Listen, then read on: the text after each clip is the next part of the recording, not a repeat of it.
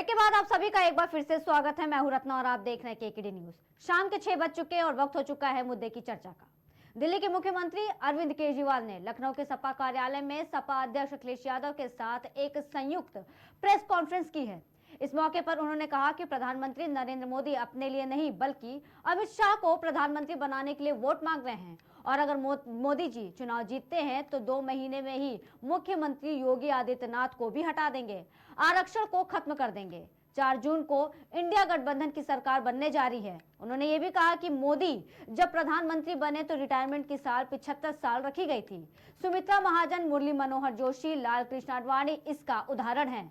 अगले साल 17 सितंबर को मोदी 75 साल के हो जाएंगे। मोदी ने धीरे धीरे अमित शाह के रास्ते के कांटों को दूर कर दिया है, जिनमें वसुंधरा राजे, सुमित्रा महाजन, शिवराज सिंह चौहान, डॉक्टर रमन सिंह को हटाया गया है। अब केवल योगी ही बाधा हैं, उन्हें भी हटा दिया जाएगा। उन्हें मोदी हटाएंगे क्योंकि अपने बनाए नियम को वो नहीं तोड़ते, वरना लोग उन पर भी सवाल उठाएंगे। ये नियम उन्होंने आडवाणी और मुरली मनोहर जोशी को हटाने के लिए बनाए थे। उन्होंने कहा कि भाजपा 220 सीटों से ज्यादा नहीं आगे बढ़ेगी। राजस्थान, हरियाणा, झारखंड, दिल्ली, पंजाब और बंगाल में भाजपा की सीटें कम हो रही है। केजरीवाल ने कहा कि भाजपा हमेशा ही आरक्षण के खिलाफ रही है। भारतीय जनता पार्टी मोदी जी अपने लिए वोट नहीं, अमित शाह जी को प्रधानमंत्री बनाने के लिए वोट मांग रहे हैं। दूसरी बात, योगी आदित्यनाथ जी को अगर ये लोग जीत गए तो योगी आदित्यनाथ जी को 2 से 3 महीने के अंदर उत्तर प्रदेश के सीएम पद से हटा दिया जाएगा। नंबर 3, इन लोगों की पूरी तैयारी है, अगर ये लोग जीत गए तो संविधान को बदल के SC ST और OBC का रिजर्वेशन खत्म कर दिया जाएगा। और नंबर 4, जो आंकड़े अब देश भर से आ रहे हैं वो ये दिखा रहे हैं कि 4 जून को इंडिया गठबंधन की सरकार बनने जा रही है और NDA को और BJP को बहुत कम सीटें मिलने जा रही हैं। भारतीय जनता पार्टी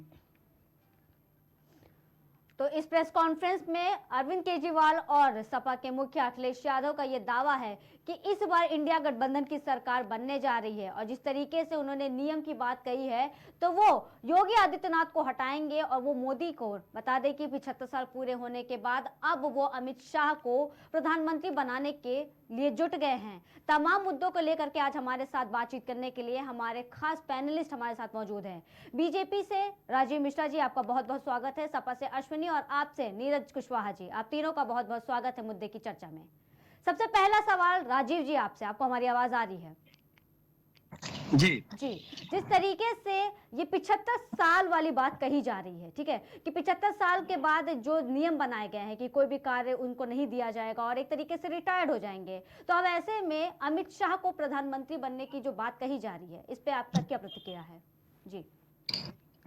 जी, सबसे पहले तो मैं आपको ये आश्वस्त कर दूं कि भाजपा के अंदर जो संविधान है उसके अंदर ये कहीं निहितार्थ नहीं है कि 75 साल के बाद ऐसी कोई व्यवस्था है कि राजनीति से हटा दिया जाएगा या उसी संवैधानिक पद पे रखा नहीं जाएगा।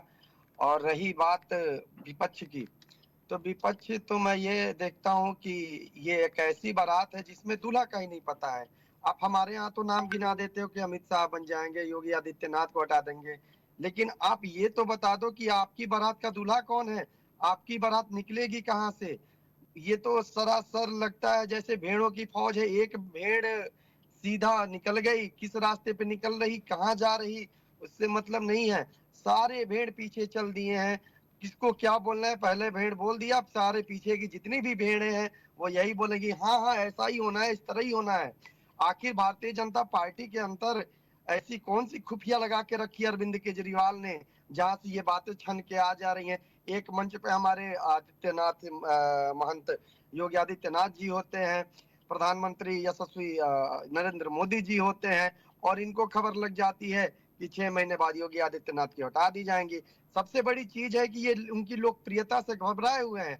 देश की सभी क्षेत्रीय पार्टियां जो हैं या नेशनल पार्टी हैं सभी पार्टियों में एक एक नेता है, वो अपना तो सोचते नहीं कि कौन 2 नंबर का है, कौन 3 नंबर का है, कौन कहाँ का नेता है। लेकिन जब भारतीय जनता पार्टी के प्रत्येक नेता की योग्यता वो देखते हैं तो वो घबरा के उलूल जुलूल हरकतें और बयानबाजी ऐसे ही कर रहे हैं।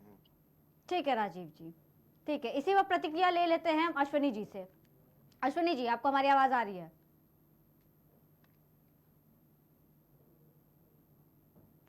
अश्विनी, आप म्यूट कर रखा है खुद को, आपने अनम्यूट कर लीजिए। जी धन्यवाद। आवाज मिल रही है आपकी। और अश्विनी सर्वप्रथम जी, एक आपकी और आवाज थोड़ी बता स्लो रहा आ रही है। अश्विनी जी, आपकी आवाज स्लो आ रही है।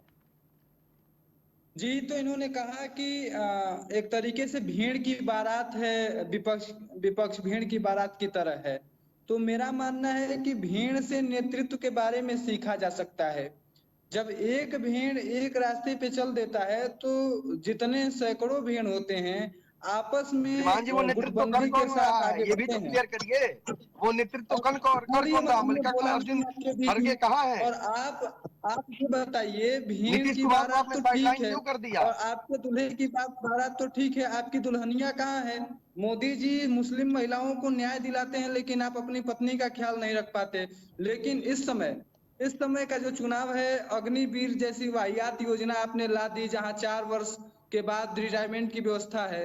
आप बताइए, अग्निवीर के मृतकों को शहीद का दर्जा आप नहीं दे रहे हैं। आप बेरोजगारी पे बात नहीं कर रहे हैं, आप महंगाई पे बात नहीं कर रहे हैं। एक तरीके से आप मुद्दे से भटकाना चाहते हैं देश की जनता को। और यहाँ बात ये आई है, मोदी जी आप 10 वर्षों का रिपोर्ट कार्ड क्यों नहीं दिखाते? आप इस पे कीजिए ना कि हमने 2 करोड़ नौकरियों का वायदा किया था, हम 10 करोड़ नहीं, 5 करोड़ ही दे पाए। आप एक बार और मौका दे दो, हम अगली बार पूरा कर देंगे। आप ये क्यों नहीं कहते कि 15 लाख की जगह 7 ही लाख आ गए हैं, और उसके बाद एक बार और ला दीजिए, हम 7 लाख और पूरा कर देंगे। आप ये क्यों नहीं कहते कि किसानों की आय तो दुगुनी नहीं बल्कि 1.5 गुनी हो गई है, तो इस नाम पे हमें वोट दे दो। और विजन 47 का बताते हो आप ये बताइए, लगातार आपके नेताओं के जरिए बयान आते हैं कि देश का संविधान बदलने के लिए इतनी सीटें दे दीजिए, देश का संविधान बदल दिया जाएगा। और एक बात नोट कर लीजिए आप, देश के किसी भी व्यक्ति के अंदर इतनी कुवत नहीं है कि बाबा साहब भीमराव अम्बेडकर का दिया संविधान बदल देगा। लेकिन आपके अंदर, आप गुजरातियों की बात करते हैं, प्रधानमंत्री गुजराती हैं, उनका सम्मान है, अमित शाह जी गुजराती हैं, उनका सम्मान है। जब ये कहते हो कि जी अश्विनी जी, आपकी आवाज ठीक है। हम नीरज जी से इस पे प्रतिक्रिया ले लेते हैं। नीरज जी, आपको हमारी आवाज सुनाई दे रही है तो इस पे तुरंत प्रतिक्रिया दीजिए अपनी।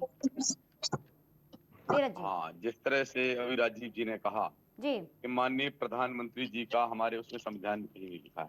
जी माननीय अडवाणी जी को, मुरली मनोहर जी जोशी जी को आपने 75 साल का बहाना बना करके उनको प्रधानमंत्री बनने, उनको किसी पद से विमुक्त रखा। आप ऐसी योजनाएं लेकर के आए जहां पे युवाओं को सिर्फ 4 साल का रोजगार दिया गया, ना उनको शहीद का दर्जा दिया जा रहा है, और 22 साल का युवा बेरोजगार घूमेगा। और माननीय प्रधानमंत्री जी अपने लिए एक और टर्नओवर मांग रहे हैं कि मुझे 75 साल के बाद भी टर्नओवर दिया जाए। वास्तविकता में अगर आपका संविधान देखा जाए भाजपा का, और नियम देखे जाए अभी तक जो हुआ है, और माननीय प्रधानमंत्री जी भी अपनी बात के पक्के हैं क्योंकि उन्हें भी रिटायर 75 साल पे लेना है। इसका मतलब ये है कि माननीय गृह मंत्री जी जो अमित शाह जी हैं वो प्रधानमंत्री बनने वाले हैं। आप समझिएगा, जिस व्यक्ति को, जिस अमित शाह जी को समाज में तड़ी पार का दर्जा मिला, उनको प्रदेश में रहने लायक नहीं समझा गया, ऐसा व्यक्ति देश का प्रधानमंत्री बनेगा। और ये हिडन एजेंडा है कि माननीय मोदी जी माननीय अमित शाह जी के लिए वोट मांग रहे हैं। ये माननीय मोदी जी जो कहते हैं, उन्होंने 2 करोड़ रोजगार का कहा, रोजगार नहीं दिए। उन्होंने युवाओं की बात की तो अग्निवीर योजना लेकर के आए। उन्होंने माताओं बहनों की बात की तो मणिपुर में नंगा घुमाया गया। आप बताइएगा, जो ये कहते हैं वो करते नहीं है, और जो करते हैं वो कहते नहीं है। आज के समय पे हिंदुस्तान पाकिस्तान करने वाले पाकिस्तान जाके चुपचाप बिरयानी खा करके आ जाते हैं। यहाँ पे जाकर आप मस्जिद में भी चले जाते हैं, लेकिन हिंदू मुस्लिम आप छोड़ते नहीं हैं। आज 10 साल होने के बाद आपके पास एजेंडा विकास का नहीं है, आपके पास रोजगार पे कुछ बोलने के लिए नहीं है, महिला सुरक्षा भी बोलने के लिए नहीं है। काले धन वालों के नाम आपके पास हुआ करते थे, एक लिस्ट हुआ करती थी इस तरह नीरज से। जी, आपने महिला लेकिन सुरक्षा आज को लेकर इलेक्ट्रल के बॉन्ड यहाँ का पर आप बात जवाब नहीं कही। देना चाहते हैं। जी नीरज जी एक सवाल, आपने महिला सुरक्षा को लेकर के यहाँ बात की, स्वाति मालीवाल के साथ जो हुआ, आपके ही राज्यसभा सांसद स्वाति मालीवाल, उसको उनको लेकर के जिस तरीके से उनके साथ हाथापाई की गई, मारपीट की गई, और अभी तक कोई संज्ञान में क्यों नहीं लिया गया इस मामले को, क्यों नहीं बोला गया केजरीवाल की तरफ से अभी तक कुछ भी? क्या महिला सुरक्षा वहां पे नहीं लागू होती है?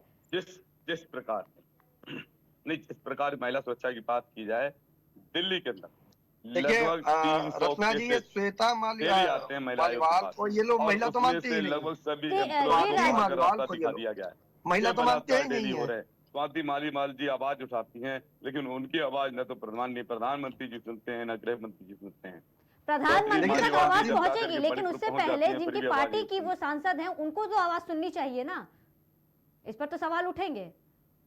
ठीक है, महिला सुरक्षा को लेकर के आपने बातचीत कही, लेकिन महिला ही नहीं सुरक्षित है आपके यहाँ। अभी हाल ही की घटना है, ज्यादा पुरानी घटना भी नहीं। महिला जी नीरज जी, हेलो, निःशब्द है श्रीमान जी। पुलिस प्रशासन है वो दिल्ली सरकार के अंडर में नहीं है। और जिस प्रकार से आपने देखा होगा, जब एनआरसी और सीए की बात हो रही थी, जब माननीय केजरीवाल जी ने जब कहा था कि आप किसको नागरिकता देंगे, तो आप देखिएगा उस समय एनआरसी और सीए पे चले गए, अपनी राज्यसभा सांसद को इन्होंने भी छोड़ दिया, अपनी राज्यसभा सांसद को इन्होंने भी किनारे लगा दिया। चलो हटाओ, क्या मतलब है भाई? महिला सुरक्षा के नाम पे बात करने वाले लोग एक बयान देने से डरते हैं, सोच सकते हैं कि ये क्या मानसिकता है? जी देश में प्रचार कर रहे होते हैं जिस लोकसभा के। अश्विनी जी मैं आपके पास आऊंगी, एक मिनट अश्विनी जी, मेरा सवाल नीरज जी से था। अश्विनी जी एक मिनट, मैं आऊंगी आपके पास, एक मिनट। कैसे महिलाओं के एक मिनट बलात्कारियों की सजा नहीं होगी? एक मिनट, आप लोग एक साथ ही चुप हो जा रहे हैं, आप लोग एक साथ ही बोल रहे हैं। नीरज जी आप अपनी बात बोलिए। जिस प्रकार ये महिला सुरक्षा की बात कर रहे हैं, मेरी गुजारिश है माननीय गृह मंत्री जी से और प्रधानमंत्री जी से कि दिल्ली पुलिस दिल्ली सरकार के अंडर में दे दीजिए। हम लोगों ने कई बार मांग की थी, आपका भी एजेंडा था कि दिल्ली को पूर्ण राज्य का दर्जा दिया जाएगा, आपने क्यों नहीं दिया? हम बार बार फिर मांग कर रहे हैं कि दिल्ली को पूर्ण राज्य का दर्जा दे दीजिए, आपकी इन्विटेशन पिंग दे दीजिए, दिल्ली पुलिस दे दीजिए। लेकिन दिल्ली की जनता और दिल्ली के लोगों को, जो सीएम है उनके, जो उनके मुख्यमंत्री है, बहुत खुशी जाहिर की थी जब वो रिहाई पर वापस आए थे, बहुत अच्छी बात है। लेकिन अब सीएम के ही अंदर में राज्यसभा सांसद ही वही नहीं सुरक्षित, एक महिला सांसद है, उनके साथ इस तरीके की बदसलूकी की जाती है, उनके साथ मारपीट की जाती है। 2 दिन बीत गए हैं, 2-3 दिन बीतने को आए हैं, लेकिन अभी भी कुछ मामले को लेकर के केजरीवाल जी की तरफ से तो कुछ ऐसा सुनने में नहीं आया। इस मामले में तो उन्होंने पूरी तरीके से आम आदमी पार्टी प्रत्येक महिला को सुरक्षित रखने की पूरा पुरजोर प्रयास करती है, लेकिन मैं बताऊं आपको सुरक्षा दे रही है आम आदमी सरकार का रवैया है, ये कैसी सुरक्षा दे रही है आम आदमी महिला को? जिस प्रकार से दिल्ली सरकार का रवैया है, दिल्ली पुलिस का रवैया है, दिल्ली पुलिस गृह मंत्रालय के अंडर आती है, उनकी जवाबदारी बनती है कि दिल्ली के लोग सुरक्षित रहें, लूट मार ना हो, महिलाओं का सम्मान हो। केजरीवाल जी ने और वहाँ पे आपके गृह मंत्रालय फैल रहा है, पैसों की झाड़ू लगवाई है दिल्ली में। ठीक है नीरज जी। राजीव जी आप अपना पक्ष रखिए। देखिए, सबसे बड़ी बात, ये लोग महिला सुरक्षा की बात करते हैं, जैसा कि बड़ा मामला आया कि स्वाति मालीवाल जी के साथ आता, मैं उनकी घोर निंदा करता हूँ। ऐसा नहीं होना चाहिए। आदि नारी शक्ति हमारी, तो आप कार्रवाई करिए ना उनके ऊपर, अपनी पुलिस भेजिए, जांच बिठाइए, सीबीआई ईडी लगाइए, इन लोग की आवाज थोड़ी लाउड करिए, मुझे गिरफ्तारी करिएगा। उस राज्य का मुखिया जो है वो बयान देने से डरता है, वह बोलना भी नहीं चाहता है। दूसरी चीज, वो जेल से आने के बाद अपने आप को ऐसा प्रस्तुत करता हो जैसे वो आजादी के संघर्ष पे उसने सबसे बड़ी भूमिका निभाई हो। अरे भाई, आपने शराब घोटाला किया है, सुप्रीम कोर्ट ने शर्तों के साथ आपको जमानत दी है, और आपको ऐसे प्रस्तुत कर रहे हैं जैसे ये साबित करते हो कि हम इस स्वतंत्रता संग्राम जो देश आजाद का उसके सबसे बड़े हीरे रहे हो। क्या दिल्ली की जनता ने आपको यही इस्तेमाल करके अधिकार दिया था कि आपने जाके ऐसे ही करना है? अरे आप लोगों ने जो जनता के साथ छल किया है, उसका क्या आप कभी उदाहरण दे पाएंगे? आप जनता से न्याय मांगने नहीं जा पा रहे हैं। आपकी स्थिति ये है कि दिल्ली की राजनीति छोड़ के आपको लखनऊ के पास जाना पड़ता है। आपने सजा महिलाओं के ऊपर मणिपुर में अत्याचार करने वाले लोगों को दे दी क्या? आपने सजा ऐसे लोगों को दे दी जो लगातार महिलाओं के ऊपर अभद्र भाषा का इस्तेमाल करके देश की राजनीति में संसद और लोकसभा विधानसभा के अंदर बैठे हुए हैं। इनके ऊपर कार्रवाई होगी। और बाकी बात रही दिल्ली की और स्वाति मालीवाल जी की, तो आपकी व्यक्तिगत घृणा से ये समझ में आता है कि आप अपने आप से बस इतना जानते हैं कि हमें बस भाजपा का पक्ष रखना है और इससे ऊपर कुछ जानते नहीं हैं। आपको ये पता होना चाहिए कि दिल्ली पुलिस जो गृह मंत्रालय के अंदर काम करती है और गृह मंत्री श्रीमान जी, आपके पार्टी का मुखिया बयान देने से भी डरते हैं, उसको क्या दिल्ली की पुलिस ने रोक रखा है? दिल्ली प्रशासन ने रोक रखा है? आप ये बताएं पहले किस तरीके की बयानबाजी कर रहे हैं। आपको ये श्रीमान पता जी, होना चाहिए कि बयानबाजी दिल्ली नहीं हो रही है। पुलिस और आपसे प्रश्न पूछा जा रहा है, आप कभी मिले अरविंद केजरीवाल जी से, उनसे पूछे कि आखिर ऐसी कौन सी मजबूरी है जिसके तहत आप बयान भी नहीं दे पा रहे हैं? एक एक करके बोलिए। आप लोग साथ में बोलते, साथ में ही खामोश हो जाते हैं। मैं पूछना चाहता हूँ, आखिर अरविंद केजरीवाल जी से ऐसी क्या मजबूरी है जो आप अपनी ही राज्यसभा सांसद को न्याय दिलाने के लिए नहीं आ पाते हैं? आखिर क्या है? ये आम आदमी पार्टी की पूरी तरह से मिली भगत है, ये आम आदमी पार्टी के गुंडे हैं। खबरों से आप दूर रहते हैं। संजय सिंह जी जो राज्यसभा के आदरणीय सांसद हैं, उन्होंने बयान दिया है परसों का, तुरंत बयान कल आया। उसके बाद आज कार्रवाई अब दिल्ली पुलिस के अंदर है। ये सारी बातें दिल्ली पुलिस तो कार्रवाई करती ही नहीं आपकी पार्टी के मुख्यमंत्री ने कितनी बार इस फैसले की, ये तो मुझे बताइए। बयान देने तक से डरते हैं क्योंकि जानते हैं इसमें निहित कौन है। किया जा रहा है, ये शर्मनाक है जिस तरह से दिल्ली के ठीक है, नीरज जी को बोलने दीजिए। नीरज जी आप अपना पक्ष रखिए, एक मिनट। नीरज जी को बोलने दीजिए, नीरज जी को अपना पक्ष रखने दीजिए। जगह जगह सीसीटीवी कैमरे लगवाए हैं, महिला सुरक्षा के लिए फटी की व्यवस्था की है। स्वाति मालीवाल जी को वहां पे महिला आयोग का अध्यक्ष बनाया था, लेकिन बीजेपी ने महिला आयोग को ही खत्म करने का काम किया है। जितने एम्प्लॉय थे उनको सबको उनके आपका जो हटा दिया है। लगभग 263 अधिकारी और कर्मचारी महिला आयोग से हटाए गए हैं। ये इनकी घृणित मानसिकता को दिखाता है, महिलाओं के प्रति अपमान करने की नीयत को दिखाता है। इसके ऊपर जवाब दें। 33% आरक्षण जो है वो हमारी सरकार ने दिया है, क्या आप उससे सहमत होंगे? नहीं, आप तो अलग हो जाएंगे उससे। 33% का आरक्षण महिलाओं के लिए है। श्रीमान जी, क्या आपकी पहले की सरकार ऐसा नहीं कर सकती थी? आप महिला की बात करते हैं, महिला उत्थान की बात करते हैं। क्या है देश की राजनीति में? देश के चुनाव में ये आम लोकसभा का होने वाला है। भारतीय जनता पार्टी ने कितना टिकट दिया अब तक महिलाओं को? 33% आरक्षण की आप बात करते हैं। श्रीमान जी, शायद सूची आपके पास उपलब्ध नहीं होगी ना, डाटा आपके पास उपलब्ध हो तो बता दें कि देश में 33% के हिसाब से आपने कितने भारतीय जनता पार्टी के कैंडिडेट महिला को उतारा है आपने? मैं क्या कह रहा हूं कि अगर कम भी है तो आपसे ज्यादा हैं। कम तो कितनी है बता देते हैं आप बता दीजिए। ठीक है राजीव जी, ठीक है। आरक्षण की बात हो रही है और सीटों को लेकर के बातचीत की जा रही है, लेकिन विपक्ष का ये जो दावा है कि इस बार जिस तरीके से 4 चरणों के चुनाव हुए हैं और अब ऐसे में इनका पूरी तरीके से ये दावा है कि भाजपा 220 सीटों से ज्यादा अब आगे नहीं बढ़ पाएगी, वो 150-220 के ही आसपास रहकर सिमट जाएगी। राजीव जी, देखिए, मेरे हिसाब से ये मुद्दों की राजनीति नहीं हो रही है, ये राजनीति हो रही है स्वयं को संतुष्ट करने की, कि चुनाव के वक्त तक हम ऐसी बातें उलूल जुलूल करते रहेंगे ताकि हमारा आकर्षण होता रहेगा रोज बयानों से। अंत में जब चुनाव के नतीजे आएंगे तो एक दूसरे पे प्रत्यारोपण करके भड़ास निकालेंगे कि इस राज्य से ऐसा नहीं हुआ, उस राज्य से यहाँ हमारे नेतृत्व में कमी थी, उस नेता के नेतृत्व में कमी थी। ये जो बारात आई है ना, कभी जितने सारे दूल्हे हैं इस ठगबंधन में, सारे दूल्हे एक एक करके नाराज होंगे और जिस दिन 4 जून को रिजल्ट आएगा, शायद देखिएगा ये देश के जो ठगबंधन बनाया गया है उसमें वो विस्फोट होगा जिसमें एक दूसरे के प्रत्यारोपण का सबसे बड़ा भंडाफोड़ होगा। इसके लिए ये सारे नेता अभी से ही तैयारी में जुट गए हैं, डाटा एनालिसिस कर रहे हैं। इनकी पर्सनल डेटा एनालिसिस जो है वो कहां से आती है ये भगवान ही जानते हैं, राम ही जानते हैं। जी ठीक है राजीव जी। अश्विनी जी, इस पे आपकी प्रतिक्रिया क्या है? बार बार दूल्हों की बात की जा रही, बार बार ये कहा जाए कि एक बारात तो निकल गई है लेकिन इसमें दूल्हा कौन है वही नहीं डिसाइड हो पा रहा है। ये बारात जाएगी कहाँ, आखिर किस दरवाजे तक? अश्विनी जी। हाँ, आपको संतुष्ट कर दें, आपको आपको बताएं कि देश में जब एक समय इमरजेंसी के हालात थे जी तो समूचा विपक्ष इंदिरा गांधी के विरोध में एक लामबंदी के साथ चुनाव लड़ रहा था। और उस समय राजीव गांधी, अभी अभी अभी बातें छोड़ दीजिए, तो उलूल जुलूल की बातें।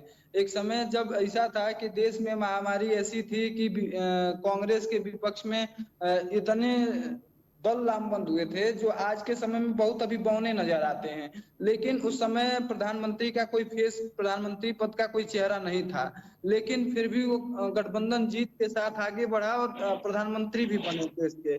और इसमें भारतीय जनता पार्टी को हतोत्साहित होने की आवश्यकता नहीं है। आप मुद्दों के चर्चाओं से भटक रहे हैं, आप ये बताने से भटक रहे हैं कि देश में अग्निवीर का आप क्या करेंगे, देश में श्रीमान जी, महंगाई का क्या मुद्दों की करेंगे। बात आप करते आपने हैं, पोस्टर आप हमारे बनाया था सीटों का मलिक की, डाटा जो एनालिसिस बहुत हुई करते हैं, महंगाई की आप मार हमारे अब की बार प्रधानमंत्री मोदी के उम्र को सरकार। लेके करते हैं, आपने ही आप पोस्टर हमारे लगाया उत्तर था, प्रदेश के आपके मुख्यमंत्री ही का डाटा एनालिसिस करते हैं, जननेता तो का, भटके हुए कथित तो आप जननेता है का ना। बयान है कि मुसलमानों के ऊपर ढेर सारी बातें मनमोहन सिंह के सरकार में होती थी। और कल के समय में रोते हुए वीडियो जिस प्रकार के आपके प्रधानमंत्री जी का आया है और मुसलमानों से जिस प्रकार की हितैषी उन्होंने जताई है, गोधना कांड आपको याद नहीं है क्या? आपने एक ऐसा नरसंहार किया। आप आज श्रीमान के जी, समय आपको में आपको जो आपको आपको जो अयोध्या भक्त पर किस्म डाल के लोग सेवकों पे होंगे, जो गोली भारतीय याद है? जनता पार्टी के प्रशंसक कुठारी होंगे, बंधु याद है उनको आपको? एक प्रश्न तरीके का से आप जवाब नीचा देंगे? दिखाने का आप प्रयास कर उससे रहे हैं बयान कि क्यों आप नहीं बोलते? आप मुसलमानों के वहां, घर आपकी के आवाज क्यों नहीं निकलती? साथी रहते थे। तो कल के समय में आपको हमारा साथी आपको भक्त का कब सेवकों पाएगा पर कि आप गोली किस चली, तरीके वो से बात क्यों नहीं कट्टर बोलते? हिंदू आप हुए। क्यों नहीं आप बोलते हिंदू हैं कि की तो बात कोठारी करते हैं, बंधुओं के साथ क्या किया लेकिन गया? ठीक आपकी है ठीक माता है जी का ठीक है देहांत ठीक है, होता है, अश्विनी जी और आप राजीव हिंदू जी, ठीक है, रीति रिवाज से एक अपने सवाल बाल को राजीव नहीं जी से। छिलवाते थे। साबरमती एक्सप्रेस में हमारे यहाँ झंडा की जलाएगा क्या पूर्वांचल सेवक, में इसके लिए जिम्मेदार रीति कौन थे? है कि अगर आप बता माता सकते पिता हैं का कभी? देहांत हुआ, किसी परिवार के अन्य साथी का देहांत नहीं, हुआ, तो आप हम कभी आप आप कभी अपने आप सिर का कभी मुंडन करवा आप देते हैं। कभी ये बात लेकिन क्यों नहीं आप किस स्वीकार हिंदू करते की कि बात ट्रेन में करते हो, कितने लोग किस जिंदा हिंदुत्व जलाए की गए बात करते और हो क्यों आप? जलाए गए? अगर एक तरीके आप से कभी उस मान पर लेते चर्चा हैं क्यों कि नहीं पूरे करते? देश के हिंदू आपको वोट कर रहे हैं, तो देश में हिंदुओं की संख्या 85% के आसपास है और आपको वोट 40% पड़ रहे हैं। तो मान जी, कैसे आप आपका मानते हैं कि डाटा पूरा एनालिसिस हिंदू आपका सही नहीं वोटर है। है? हिंदू की 85% ठेकेदारी के हिंदू नहीं है। बारे में कम, एक बार फिर लेकिन से डाटा एनालिसिस करिए। विकास और बेरोजगारी के ऊपर जो आपने सरकार बनाई थी द्वार 14 के अंदर, इसका 24 के अंदर समापन होने वाला है। और इससे घबराए हुए भारतीय जनता पार्टी हमारा के मुद्दा लोगों जात में के करना नहीं, इतनी देश के हताशा विकास की है करना कि करना लाल है। कृष्ण देश के अडवाणी, युवा का आप ये उत्थान का करना बताइए, है। जनसंघ शिक्षा, कहाँ गया, संघ कहाँ गया, शिक्षा, संघ परिवार का चिकित्सा, एक उस बयान पे नहीं गणना आया। करना है। आपको गणना करना है कितनी पार्टियां जुटा ले, और उसमें से आपने नीतीश कुमार को साइडलाइन कर दिया। जब नीतीश कुमार ने बात की कि आवाज मुझे आपके संयोजक बनाना चाहिए, आपने उसको साइडलाइन कर दिया, क्योंकि आपके जो युवराज हैं उनको किसी का नेतृत्व पसंद नहीं। मुख्यमंत्री माफ करिएगा, प्रधानमंत्री मनमोहन सिंह थे, उन्होंने अपनी एक योजना लेके आई थी, प्रथम आपके युवराज ने, और इस दलित संसद में वो को फाड़ हमने दिया। कांग्रेस पार्टी ने राष्ट्रीय अध्यक्ष बनाया है और संभावनाएं हैं हमारे यहाँ। तो अभी संभावनाएं आपके यहाँ तो गुजराती खड़गे फिट को हो गए हैं। खड़गे उत्तर खड़गे प्रदेश जी को सबसे अधिक खड़गे जी को लोकसभाओं का राष्ट्रीय प्रदेश है अध्यक्ष इसलिए और बनाया वहां गया से आप ताकि वो प्रधानमंत्री न कठपुतली देते होकर हुए मनमोहन सिंह की तरह काम कर गुजरात सके। से आपने प्रधानमंत्री बना देते शशि हो। थरूर को ही जैसे साइडलाइन लगा दिया, और आप गुजरात के बात करते बारे हैं में साइडलाइन उनका की। ट्रैक रिकॉर्ड जब हम पता करते हैं तो ठीक है विजय ठीक है ठीक माल्या, है नीरव ठीक है मोदी, ठीक है, तमाम राजीव जी, तरह के ऐसे अश्विनी जी, गुजराती ठीक रहे है, हैं जिन्होंने यहीं देश पर को रुकिए। जोड़ने का काम किया। ठीक है और अश्विनी ऐसे जी, आपकी बात प्रधानमंत्री समझ में आ हैं गई। जो अश्विनी उनके जी, दोस्त कल के समय में अश्विनी वहाँ जी, दिखते नहीं है। अश्विनी जी, ठीक है ठीक है। अगला सवाल हम नीरज जी से भी ले ले। नीरज जी, जिस तरीके से इस पे बहसबाजी हो रही है, जिस और ये बता दें कि 379 सीटों पर अब तक के मतदान हो चुके हैं, जिनमें से ज्यादातर जो सीटें हैं 270 बीजेपी जीत भी चुकी है, और अब जो उनका नारा है 400 पार का, वो रास्ता अब काफी साफ हो गया है और ये जीत भी कहीं ना कहीं उस आंकड़े के नजदीक अब जाती हुई दिखाई दे रही है। नीरज जी, देखिए, जो 400 पार का आंकड़ा है वो भाजपा का एक जुमला है।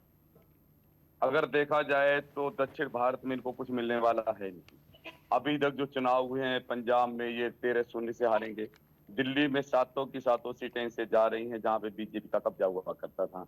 यही हार हरियाणा में है, 10 में से शायद इनको 0 मिलेगा, अगर मिल गया तो 1-2 सीट मिल पाएगी। राजस्थान में भी बंटवारा है आपका, गुजरात में भी बंटवारा है, मध्य प्रदेश में बंटवारा है, तो 400 सीटें कहां से लाएंगे? 400 सीटें जिस तरह से लेडियों में भीड़ हो रही है, इंडिया गठबंधन का लोग साथ दे रहे हैं। आज का चुनाव देश की जनता लड़ रही है, कोई पार्टी नहीं लड़ रही है। आज जनता ने इस तानाशाही सरकार को उखाड़ने का मन बना लिया है, युवाओं ने उखाड़ने का मन बना लिया है, क्योंकि जनता चाहती है कि जिन्होंने झूठे जुमले फेंके थे, आज जुमलों से तंग आ चुकी है। इन जुमलेबाजों से तंग आने के बाद हरियाणा के किसानों ने, जिनके लिए इन्होंने कीलें लगाई थी, आज उनके लिए इन्होंने कीला ठोक दिया है। और भाजपा के कार्यकर्ता न तो हरियाणा में जा रहे हैं, न पंजाब में जा पा रहे हैं, क्योंकि उनको खदेड़ा जा रहा है। पूरे देश से खदेड़ने का समय आ गया है। ऐसे परिवारों को, ऐसे तानाशाहों को, ऐसे लोगों को जिन्होंने देश को लूटने का काम किया है, मौत का इंजेक्शन लगाने का काम किया है, गौ माता के नाम पर 250 करोड़ रुपए चंदा लेने का काम किया है, युवाओं को बेरोजगार करने का काम किया है, ऐसों को उखाड़ फेंकने का समय है। और देश की जनता एकजुट है, इसीलिए इंडिया गठबंधन और पूरी देश की जनता पूरा भाजपा का सुपड़ा साफ करने वाली है। और ये आप देख लेना 4 जून को, ये 4 जून को भाजपा 100 ठीक है, सीट के ठीक है, आसपास ठीक है, मुश्किल से ठीक है पहुंच नीरज पाएगी। जी। 4 जून को क्या होगा वो तो खैर वक्त बता देगा, लेकिन राजीव जी, जिस तरीके से इन्होंने सीटों को लेकर के बात कही और ऐसा कहा भी जा रहा है कि झारखंड, दिल्ली, पंजाब और बंगाल में भाजपा की जो सीटें हैं वो मन मुताबिक नहीं हो रही, सीटों में जो कमी है वो कंटिन्यू देखी जा रही है। राजीव जी। रत्ना जी, पिछले 2 लोकसभा चुनावों में आम आदमी पार्टी यही भ्रम बना के रखी थी कि सातों की सातों सीट जीत रहे हैं। जी। हरियाणा में भी उन्होंने अपनी पार्टी का खूब प्रचार प्रसार किया और कहा कि यहाँ भी क्लीन स्वीप कर रहे हैं। पंजाब का ठेका इन्होंने पहले ही ले रखा है, जहां ड्रग्स की, दारू की, खुलेआम चीजों की कालाबाजारी चल रही है। लेकिन आप अपने गढ़ में ही डाटा एनालिसिस करके जाइए। आपने तो मोहल्ला क्लिनिक खोला था जहां डॉक्टर नहीं है। आपने प्राथमिक शिक्षा की बड़ी बड़ी बातें की, बिल्डिंग की बातें की, जहां किताबें नहीं पहुंची।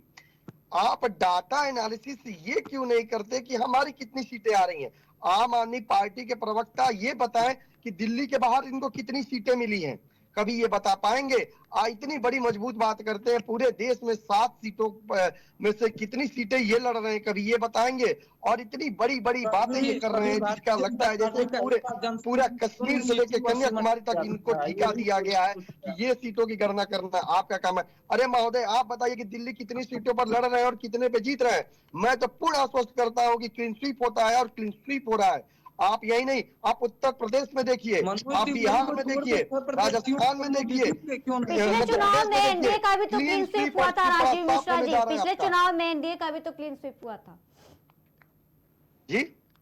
पिछले भी चुनाव में 2019 के चुनाव में भी एनडीए का जो था वो भी तो क्लीन स्वीप हुआ था।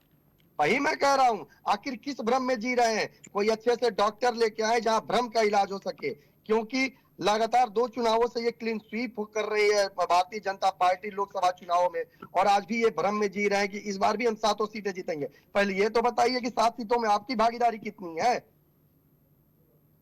ठीक है राजीव जी, एक बड़ी टिप्पणी हम देंगे आपको। ये बताइए, देश में आप तो ये कह देते हैं कि आम आदमी पार्टी ये तय करे कि कितनी सीटें दिल्ली के बाहर आपने जीती हैं। जब एक समय जनसंघ हुआ करता था और लाल कृष्ण आडवाणी नेता हुआ करते थे, उस समय भारतीय जनता पार्टी की सीटें शून्य थी। आपको ये जानना होगा कि आम आदमी पार्टी को अभी 10 वर्ष नहीं हुए और लगातार आपको हराते जा रही है।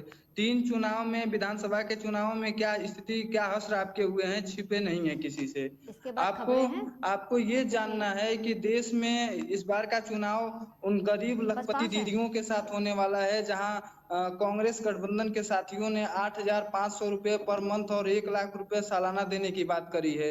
इस बार का चुनाव अग्निवीर को सुरक्षित करने के लिए होने जा रहा है। इस बार का चुनाव बाबू जगदेव प्रसाद कुशवाहा के सपनों का भारत होने जा रहा है, जहां उन्होंने कहा था कि 100 में 90 शोषित है, शोषितों ने ललकारा है धनधरती और पिछले डिबेट में आपने एक प्रश्न किया था रत्ना जी। जनगणना से आप डरते क्यों हो? आपके पास तो विकल्प की बहुत कमी है। तेजस्वी यादव बिहार में बोल रहे हैं, अखिलेश यादव उत्तर प्रदेश में बोल रहे हैं, दिल्ली में केजरीवाल बोल रहे हैं कि ये जो अग्निवीर योजना है आप खत्म करने की बात तो करती है, लेकिन इसका बैकअप प्लान क्या है, आप बता पाएंगे? मैं आपसे चाहूंगा वो क्वेश्चन आप फिर दोहराएं। और मोदी जी को छोड़ के किसी तीसरे इस बिना दूल्हे की बारात के पार्टियों वालों से आप एक बार पूछिए कि इसका बैकअप प्लान क्या है, इनके पास कोई योजना है? हमने तो युवाओं को रोजगार देने की एक व्यवस्था बनाई है, लेकिन इनके पास बैकअप प्लान क्या है, कभी ये बता पाएंगे उसको खत्म करने के बाद? राजीव जी, कौन सी योजना आपने बनाई है? राजीव तो जी, आज ने योजना बनाई अग्निवीर योजना, युवाओं को बेरोजगार करने की। आज पूरे भारत में 83% युवा बेरोजगार है। भाजपा ये शर्मनाक स्थिति पहले देश में कभी नहीं रही। आज आप कह रहे हैं कि आम आदमी पार्टी बहुत छोटी पार्टी है, इनकी बातों कोई वो नहीं है। आपको एमसीडी चुनाव में हम लोगों ने बुरी तरह हराया है, दिल्ली के चुनाव में बार बार हराया है, और उसी पार्टी ने आपको पंजाब में शून्य पे ला करके खड़ा कर दिया है। चंडीगढ़ के चुनाव में सबने देखा कि आप 8 बैलेटों की चोरी कर देते हैं, और चोरी करने के बाद कैमरे के सामने आपके प्रतिनिधि पकड़े जाते हैं। ये शर्मनाक स्थिति आपकी है। आम आदमी पार्टी वो पार्टी है जिसने 10 साल के अंदर एक इतिहास रच के राष्ट्रीय पार्टी का दर्जा हासिल किया है। आज आपकी पार्टी को डर लगता है, इसीलिए आम आदमी पार्टी के माननीय केजरीवाल जी, माननीय संजय सिंह जी, माननीय मनीष सिसोदिया जी, सत्येंद्र जैन जी को, टॉप लीडरशिप को आपने झूठे केसों में डाला है, जबकि घोटाला आपने किया है। 55 करोड़ रुपए आपने दशरथ रेड्डी से चंदा लिया है। क्या नड्डा जी को जेल में आप नहीं डालेंगे? क्या सीबीआई ईडी नहीं डालेगी? डालना चाहिए। देश संविधान से चलेगा, किसी की व्यक्तिगत बातों से या किसी की तानाशाही पे देश नहीं चलने वाला नहीं है। ठीक है नीरज जी। तो राजीव जी, ये बार बार तो ये देश- विपक्ष देश द्वारा, निकालेंगे। एक मिनट, ठीक है अश्विनी जी, एक मिनट। राजीव जी, सुन लिया आपने कि नीरज जी ने क्या कहा है। बार बार ईडी, सीबीआई और तमाम एजेंसियों का जो पावर का जो मिसयूज किया जा रहा है वो आप पर आरोप लगते हैं। बार बार ये कहा जाता है कि आपके घोटाले हैं और जेल कोई और जा रहा है। बार बार ये कहा जा रहा है कि ये जो तानाशाह है, इसमें जो जिन्होंने कोई जुल्म भी नहीं किया है उन्हें रास्ते से हटाया जा रहा है, क्योंकि ये सब चुनावी एजेंडा है और ये सब सिर्फ चुनाव के मद्देनजर किया जा रहा है। जो स्ट्रांग कैंडिडेट है, जो स्ट्रांग पार्टी है, जो आपको टक्कर दे रहा है, आप उसको ऐसे ही शांत कर रहे हैं और अपने रास्ते से हटा रहे हैं। और वो आप कहीं ना कहीं अपने पार्टियों में भी आप ये होता हुआ नजर आ रहा है, खुद की पार्टी में भी वही किया जा रहा है, बीजेपी में। राजीव जी,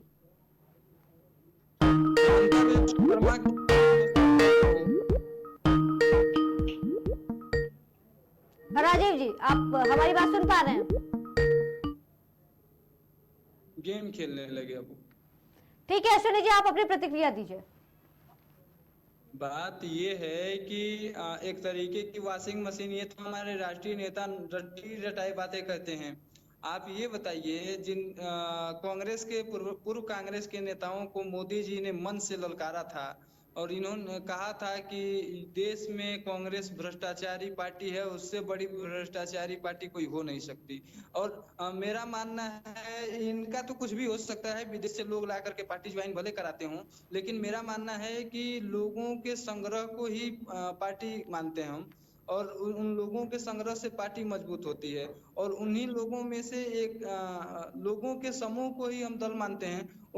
उनमें से तमाम ऐसे लोग रहे जिनको मोदी जी ने सीधे मंचों से ये कहा कि चोट्टा है, लुटेरा है और इनको हटाना है, उनको हटाना है, और फिर आके लोकसभा के चुनाव में, हाल का मामला है, लोकसभा के चुनाव में आप उनको दल ज्वाइन करा देते हैं, भारतीय जनता पार्टी का साफा पहना देते हैं। तो ये आपका दोहरा चरित्र देश की जनता जान गई है, और देश की जनता को ये बताने के लिए काफी है कि इस बार क्या होने जा रहा है। राशन के बाद को आपने कहा था, रामविलास पासवान का नाम इस देश की जनता जानती है, लेकिन देश की जनता ये नहीं जानती कि रामविलास पासवान ने किया क्या देश के लिए। मोदी जी के 2 ही मिनिस्टर ऐसे रहे जिनकी कहीं साफ सुथरी बातें हो सकती हैं, बाकी इनको छोड़ करके मोदी जी रिमोट कंट्रोल की सरकार चला रहे हैं। और आपको बता दें, जब हम हमारे विपक्षी गठबंधन को ये लोग कहते हैं कि आपके पास तो कोई चेहरा ही नहीं, तो हम ये बता दें आपको कि हमारे यहाँ लोकतांत्रिक ढांचे में रह करके आपस में विरोध और समर्थन की बातें हो सकती हैं, और भारतीय जनता पार्टी के अंदर ये चीजें हैं कि अगर जो मोदी जी और अमित शाह जो चीजें बोल देते हैं उन्हीं के ऊपर आपको रेंगना है। आप नया से कोई लाइन नहीं जोड़ सकते। आप अधीर रंजन चौधरी कांग्रेस को आप देखते हैं लगातार पार्टी लाइन से ऊपर उठ के बातें करते हैं। आप तमाम ऐसे प्रवक्ताओं को, कांग्रेस और समाजवादी पार्टी के प्रवक्ताओं और तमाम विपक्षी दल के नेताओं को आप देखते होंगे कि अपने बंधुआ मजदूर की तरह काम नहीं करते। और एक तरीके से भारतीय जनता पार्टी में चलन प्रचलन है कि जो 2 गुजराती बोलेंगे वही पूरा देश बोलेगा, लेकिन इन गुजरातियों की भाषाओं को देश की जनता भली बात समझ गई है और उत्तर प्रदेश देश का जो सबसे बड़ा राज्य है, इस बार बड़े बदलाव के साथ उत्तर प्रदेश और बिहार जो जयप्रकाश नारायण की कवि क्रांति बलिया से चल करके पूरे देश को संदेश देने का काम की थी, एक बार पुनः उसी जयप्रकाश के शिष्य लालू प्रसाद यादव के पुत्र और मुलायम सिंह यादव के पुत्र श्री अखिलेश यादव जी कमाल करने वाले हैं और ये देश को नया उदाहरण प्रस्तुत करके समाजवादी सरकार बनाते हुए जातिगत जनगणना सामाजिक न्याय की बात होगी। और जब सामाजिक न्याय की बात होगी, जहां दलित पिछड़ा अल्पसंख्यक एक तरीके से अपने आप को कुठाराघात के रास्ते पे ले जाना चाहता था, वही उसके साथ न्याय होने वाला है। और 2024 को 4 जून को प्रचंड बहुमत के साथ कांग्रेस गठबंधन इंडिया गठबंधन की सरकार बनने जा रही है और प्रधानमंत्री का फेस। ठीक है अश्विनी जी, ठीक है। राजीव जी, आप कुछ कह रहे थे। रत्ना जी, अभी एक बात आई अधीर रंजन चौधरी की। हाल ही में उनका बयान आया कि तृणमूल कांग्रेस को वोट देने से बढ़िया है कि आप वोट जो है भारतीय जनता पार्टी को दे दो, एनडीए गठबंधन को दे दो। भारतीय जनता पार्टी ने तो ये नहीं समझाया। मेरी बात पूरी हो जाने दीजिए श्रीमान। अश्विनी जी, आपने अपना पक्ष रख लिया है, अब राजीव जी को बोल लेने दीजिए। 1 मिनट। ठीक है। कमलनाथ गांधी परिवार के दरबारी थे। माधवराव सिंधिया सच्चे सिपाही रहे कांग्रेस के। उनके बेटे ज्योतिरादित्य की क्षमता किसी से छुपी नहीं है। उन क्षमताओं को दरकिनार करते हुए कमलनाथ को तरजीह दी गई ताकि गांधी दरबार जो है वो हमेशा आबाद रहे। गांधी दरबार जो है वो आबाद रहे एक सत्ता के साथ।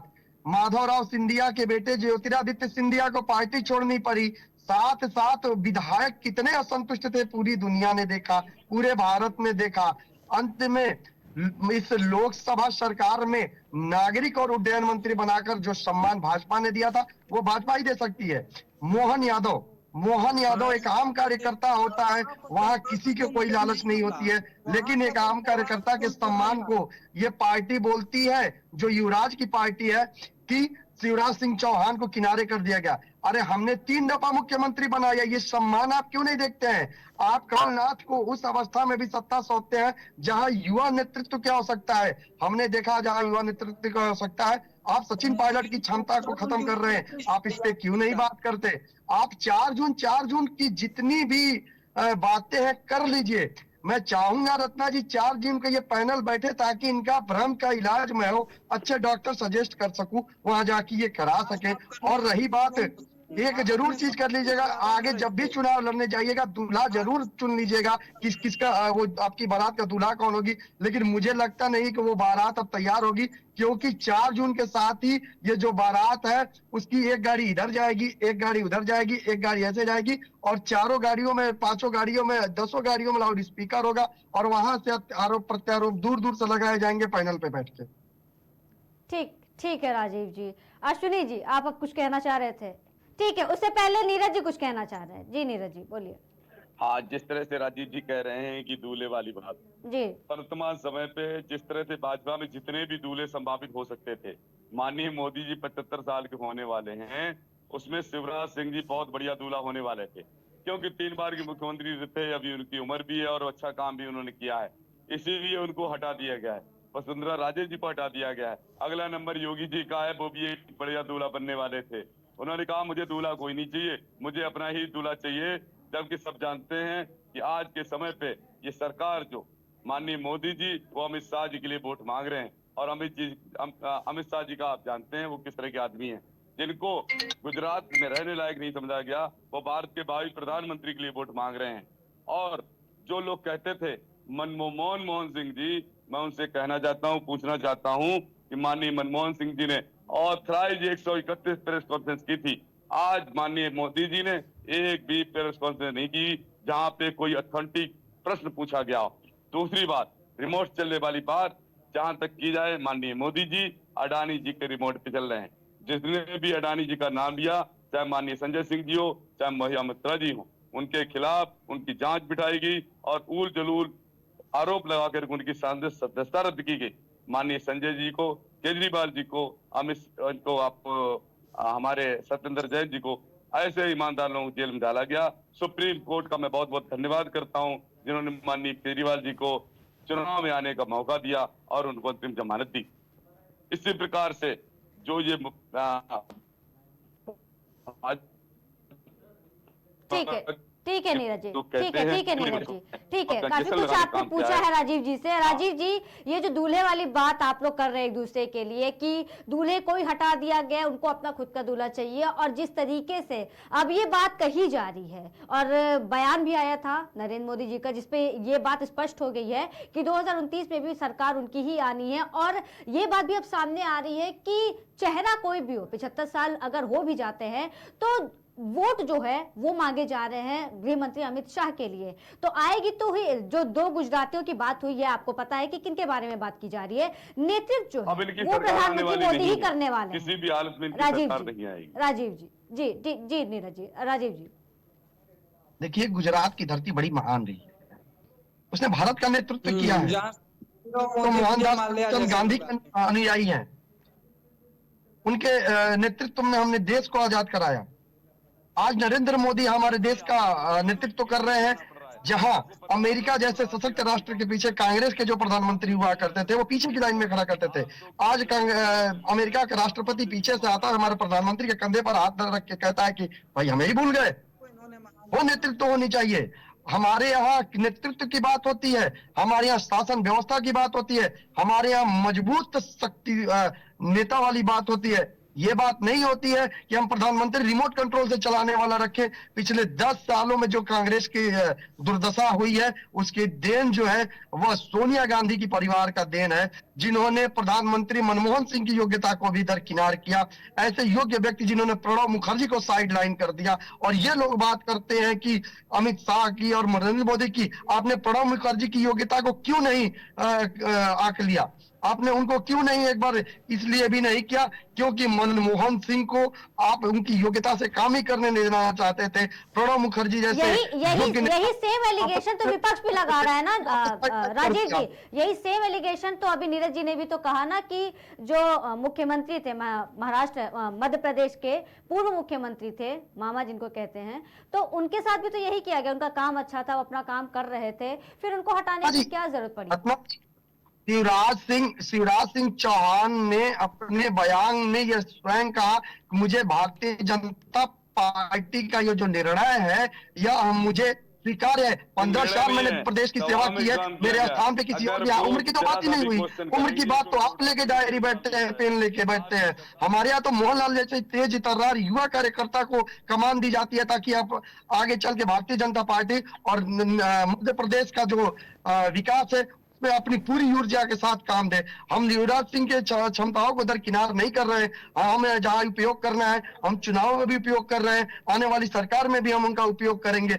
हमने किसी को साइडलाइन नहीं किया है। हमने तो ऐसे इंसान अजीत डोभाल की आपने कभी उम्र पूछी है? उनकी योग्यता का जो हम लोग उपयोग करते हैं, एस जयशंकर जो कि कभी पार्टी के सदस्य भी नहीं हुआ करते थे, सुषमा स्वराज के सहायक के रूप में काम करते हैं, उनको हमने अपने विदेश मंत्री के रूप में उनके ऊर्जा का उपयोग किया।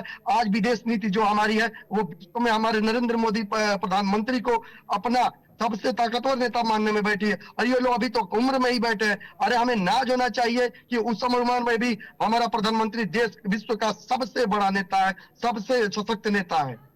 ठीक है राजीव जी। नीरज जी आप कुछ कह रहे थे? ठीक है नीरज कुशवाहा जी। नीरज कुशवाहा जी आपकी आवाज हम तक नहीं पहुंच पा रही है। करने वाले प्रधानमंत्री जी हैं, गौमांस निर्यात करने वाली कंपनियों से 250 करोड़ रुपए चंदा लेने वाले प्रधानमंत्री जी हैं, ईमानदार नेताओं को तानाशाह रवैये से जेल में डालने वाले लोगों को यही पता नहीं है कि गौमांस और क्या कहते हैं भैंस के मांस में अंतर क्या है। आप लोग तो यही लेके बैठे हैं, आपके साथ डाटा ही नहीं है क्योंकि आप शायद व्यक्तिगत उन चंदे वालों के साथ आप व्यक्तिगत बैठे हुए हैं। आपकी शायद कोई गुप्त चर्चा हुई है, आप लोगों ने कोई गुप्त चंदा ले लिया है। नहीं बताइए, आपकी पार्टी चंदा ले लेती है, आप उसके ऊपर बोलना नहीं चाहते। आप बोलेंगे जी नीरज जी, आप कुछ कह रहे थे?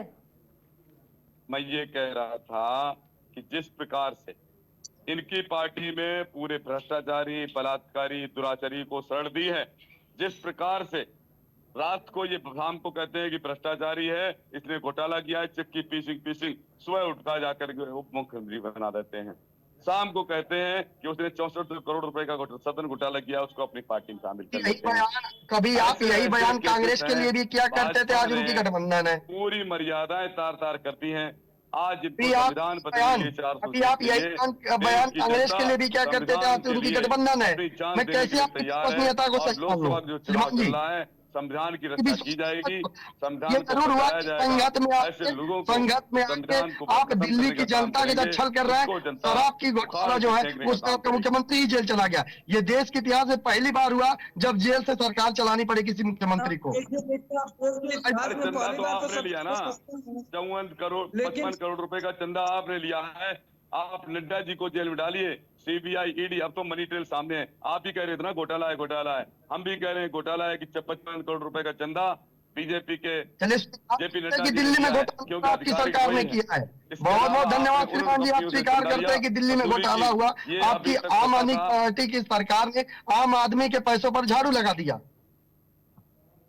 पहले होता था, गैंग होते थे, माफिया होते थे कि एक डराने का काम करता था, दूसरा वसूली का काम करता था। आज पूरा का पूरा भाजपा और सीबीआई ईडी के द्वारा जनता को, व्यापारियों को लूटने का काम किया जा रहा है। ये अपराध है, आज के वो भी सामूहिक श्रीमान अपराध। जी, आप 10 दिन पहले यही बात आप सुप्रीम कोर्ट के लिए भी उपयोग करते थे। अब सुप्रीम कोर्ट आपके लिए लगता है कि हाँ शरीफ तो है। पहले आपको लगता था कि सुप्रीम कोर्ट भी जो विश्वसनीयता है उसकी सही नहीं है, ये सरकार द्वारा चलाई जाई एजेंसी है, जो जज है वो सरकार की बातें मानते हैं। लेकिन चलो शुक्र है कि आप आज सुप्रीम कोर्ट की विश्वसनीयता पे असर नहीं उठा रहे हैं, बात नहीं करते हैं। ऐसे ही एक दिन आपका ईडी का भी भ्रम दूर होगा, सीबीआई का भी भ्रम दूर होगा। राजीव जी, क्या किसी हाँ। के कहने से किसी को आरोपी मान लिया जाएगा? मैं भी कहने लगूं कि माननीय प्रधानमंत्री जी को मैंने 100 करोड़ रुपए दिए हैं, क्या उनको जेल में डाल दिया जाएगा? क्या बातें आपको कहने मैं से कह दूं कि इतना मान लो राजीव जी ने मुझसे श्रीमान जी। 50 करोड़ रुपए, क्या आप जेल में होंगे? ऐसा ही किया गया है। एक आरोपी तो हमारे दशरथ मंत्री की बात रेड्डी करते है, हैं, वो आपका खुद मुख्यमंत्री आरोपी जेल में होता है, और पहले उसने उसकी 55 बात तो करोड़ कर लो। रुपए चंदा दिया प्रधानमंत्री है। के लेवल पे बहुत ऐसे ज्यादा दूर चंदा है, देता है, आप पहले अपने मुख्यमंत्री की बात कर लो। उसकी जांच बंद कर दी जाती है और उसको सरकारी गुनाह गवाह नहीं बना लिया हुआ जाता है। श्रीमान जी, बेल पे आया है। जिस दिन ये आरोप पूर्णतया कोर्ट में तय हुए, आपके जो शराब माफिया है मुख्यमंत्री अरविंद केजरीवाल, वो एक बार जेल में जाके और लंबे टाइम ले जाएंगे। दल के साथ हैं। आप कितना हो वरिष्ठ हो, आपको एक मुख्यमंत्री के बारे में भाजपा ने तो बोलने से वैसे भी अपनी मर्यादाएं ताक पे रखी हैं। इनके माननीय प्रधानमंत्री जी, गृह मंत्री जी जब मंच से आकर के जवानों के नाम पे वोट मांग सकते हैं, माताओं बहनों के मंगलसूत्र के नाम पे वोट मांग सकते हैं, धर्म के नाम पे वोट मांग सकते हैं, ठीक है, तो हमें कोई ठीक है अपेक्षा नीरज नहीं है जी। इनके प्रवक्ताओं से। ठीक है इनको नीरज जी। मर्यादाओं के बारे में ठीक है सीखना नीरज चाहिए, हमें जी, लगता ठीक है। कि एक आखिरी सवाल राजीव जी, बार बार ये विपक्ष कहता है कि डेवलपमेंट के नाम पे तो वोट कभी नहीं मांगा जाता। घूम फिर करके चाहे वो कोई भी रैली हो या कहीं भी अगर संबोधित भी कर रहे, जनता को लुभाने की कोशिश भी करती है, तो बीजेपी ये हथकंडा अपनाती है, हमेशा मंदिर मस्जिद करती है, धर्म के नाम पर वोट मांगने की कोशिश की जाती है और हमेशा ये गौ मांस और मंगलसूत्र पर ही आकर के इनका मुद्दा यहीं आके रुकता है। राजीव मिश्रा जी। रत्ना जी दक्षिण भारत की एक बहुत मशहूर अभिनेत्री हैं, रश्मिका मंदाना जी। उनका मैं ट्विटर चेक कर रहा था। उन्होंने 2 दिन पहले एक पोस्ट किया हुआ है, हमारे दोनों पैनलिस्ट जो हैं वो एक बार शायद आके देख लेंगे। उसमें उन्होंने जो मुंबई में नया पुल बनाया समुद्र के अंदर 6 लेन का, उसकी उन्होंने वहां पे वीडियो बनाई है और उन्होंने कहा है कि ये काम जो है वो नरेंद्र मोदी ही कर सकते हैं, उनकी सरकार ही कर सकती है, जिस नितिन गडकरी ही कर सकते हैं। शायद ये चीजें नहीं देखते, हमारे विकास की बात हम नहीं करते, आम आदमी करती है, आम आदमी करती है। और इनके पास मुद्दा है नहीं तो गौमांस और मंगलसूत्र की ही तो बात करेंगे। और इनके पास मुद्दा क्या है आप ही बता दीजिए। जनता के लिए तो कल्याणकारी योजनाएं हैं, उसकी बात तो कभी करती नहीं है। इनके कार्यकर्ता जाके मुफ्त का राशन उठाते हैं और इनके लिए जय हो करते हैं। अरे राजीव जी, आपके ही कार्यालय से, फर्रुखाबाद के कार्यालय से आपके प्रचार वाहन के व्यक्ति की पत्नी का मंगलसूत्र गायब हो गया है और उसकी एफआईआर लिखी गई। मैं आपको एफआईआर कॉपी दे सकता हूँ। आपके कार्यालयों में माताओं बहनों का मंगलसूत्र सुरक्षित नहीं है, आप सुरक्षा की बात करते हैं। मणिपुर की माताओं बहनों की इज्जत आपने सुरक्षित नहीं रख पाई। मैं आपको एक आज बात भी तक बताना वहाँ चाहूंगा। कर्फ्यू लगा हुआ है, आज भी इंटरनेट बंद है। हाँ जी। किस महिला सुरक्षा की आप बात कर रहे हैं? श्रीमान जी, हाँ, मंगलसूत्र जो बात आती मंगलसूत्र थी की ना, बात करते हैं, बेटी बचाओ, मंगलसूत्र की तो बात मुझे करते लगता है हैं, बेटी मंगलसूत्र से भाजपा ज्यादा के बेटियों कार्यकर्ताओं से बहनों की बचाओ, सुरक्षा। भाजपा के और कार्यालयों से हमारे यहाँ बचाओ, भाजपा वाले लोगों से आपकी बचाओ। सहयोगी पार्टी, जब समाजवादी पार्टी की सरकार थी, हमारी बहनें और माताएं 9 बजे के बाद सुरक्षित नहीं थी। ये सारी दुनिया जानती है। आज की तारीख में 12 बजे रात को बहनें चलती हैं, और जिसने नजर दे के दी, बस एक ही बात है, हमारे यहाँ एक ही व्यवस्था है, सीधे मिट्टी में बता देंगे। कितनी लूट मार है कि फर्क हमारे यहाँ पे बताऊं आपको, 300 मोबाइल हर महीने पुलिस विभाग वापस कर रहा है। इसका मतलब है सिर्फ 10% कंप्लेंट लिखी हेलो, जाती है। है कि लगभग पुलिस पकड़ ले रही है। 3000 मोबाइल आपकी सरकार में तो जो महीने जाता था वो जला ही जब्ती की जाता था जाती है। श्रीमान जी। सच्चाई ये है। ये तो सोचो, आपकी सरकार में जो गया वो गया। हमारे यहाँ तो FIR लिख के उसका वो सुपुर्दगी भी की जाती है, लेकिन आपके यहाँ तो सोचो क्या व्यवस्था थी। आपके यहाँ ये व्यवस्था थी, आपके सहयोगी पार्टी की वो और व्यवस्था थी माताओं बहनों कि की जो जगह गया जगह मंदिर गया। घुस के जा। जय श्री अभी राम। एक दिन थोड़ी देर पहले की बात है, एक मंदिर में ही 5 महिलाओं की लरे और मंगलसूत्र चोरी हो गए और FIR भी दर्ज हुई। तो आप बताइएगा कि क्या हो रहा है।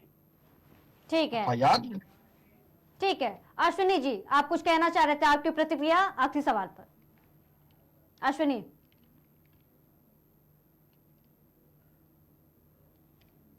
अश्विनी, आपको हमारी आवाज आ रही है?